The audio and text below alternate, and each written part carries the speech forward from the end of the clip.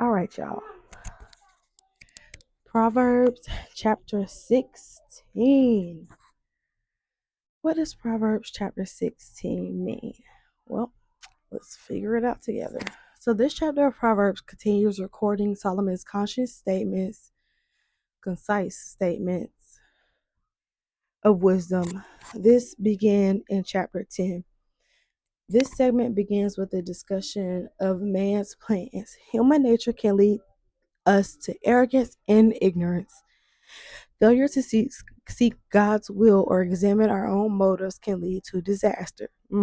Despite what a person might tell themselves, the Lord sees the heart, weights of the spirit, and determines what will happen.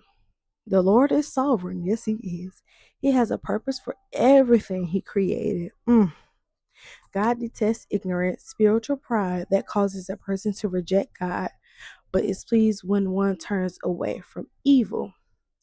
Godly wisdom is better than any material wealth. Yes, it is.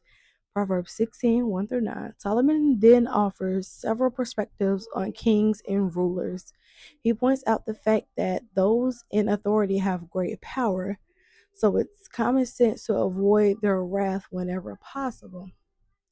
Some of those statements are expressions of ideals, the way a godly king ought to act.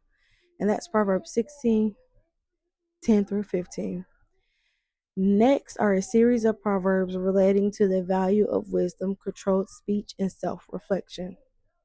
Arrogance leads to disaster since it prevents a person from following God's will or recognizing their own errors.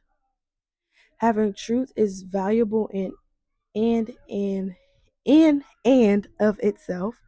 Using careful words to speak truth makes others more likely to accept it. On the other hand, using words hatefully or for spite can cause incredible damage.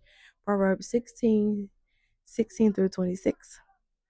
The concluded section of this chapter contrasts evil people with those who are righteous. Solomon offers additional warnings about self control and the importance of reining in one's temper. Through all things, even those we think of as random, God is ultimately in control.